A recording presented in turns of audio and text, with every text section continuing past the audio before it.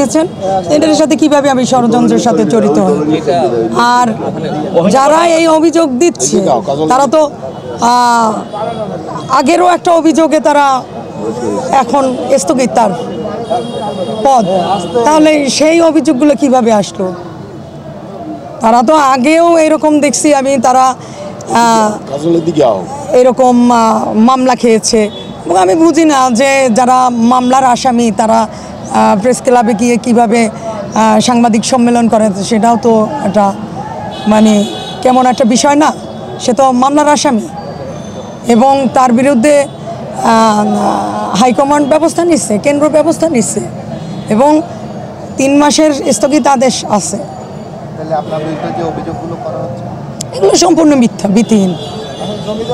দলের নেতাদের বিরুদ্ধে, নিজের দলের বিরুদ্ধে কেউ অপপ্রচার করতে পারে কিনা, যদি তার আইডি থেকে যে শেয়ার হয়েছে এই নিউজগুলো, সেগুলো আমাদের কাছে ডকুমেন্টারি রয়েছে, আপনাদের কাছে আমরা সেই ডকুমেন্টস পৌঁছে দিব। আপনার একজন সাথে নিয়ে একটি মানববন্ধন করেছে, আমাদের বিরুদ্ধে একটি কাল্পনিক অভিযোগ করেছে।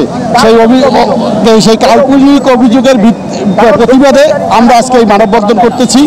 আর এই মানববন্ধনের সাথে আমাদের বরিশাল মহানগর বিএনপিতে একটি সাইকো আছে বলে খ্যাত আছে, এটা মহানগর বিএনপি নেতৃত্বে আফসোস খরম নাসরিন, ওর নেতৃত্বে এই আমাদের বিরুদ্ধে অপপ্রচারটা চলছে। সমস্ত ষড়যন্ত্র দলের জন্য ও যখন ছাত্র দলে ছিল ও কোনো কমিটি দিতে পারে না, এখন যখন বিএনপি কমিটি দেওয়ার জন্য ওয়ার্ডে ওয়ার্ডে কাউন্সিল করার প্রক্রিয়া নামছে, ও বড় ষড়যন্ত্রের উদ্দেশ্যে দলের ক্ষতি করার জন্য ও এই অপপ্রচারগুলো চালাচ্ছে। যে ষড়যন্ত্র হচ্ছে এটার সঠিক বিচারের জন্য আমরা হলো বিএনপির হাইকমান্ডের দ্বারা অভিযোগ করব যে এই যে যারা তার বিভিন্ন তার আইডি দিয়ে যে আমাদের বিরুদ্ধে যে অপপ্রচারগুলো চালাচ্ছে, মিথ্যা বানোয়াট, এর বিরুদ্ধে আমরা মানববন্ধন করছি।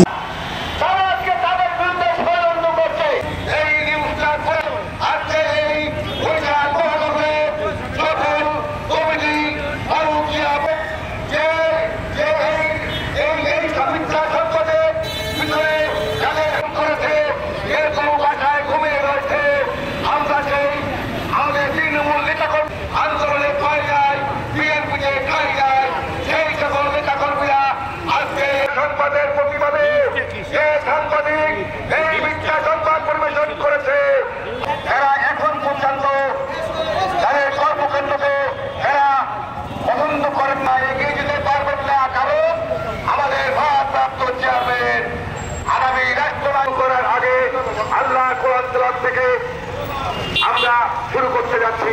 এরপর ওলামা দলের বিপ্লবী মহানগর শাখার বিপ্লবী আহ্বায়ক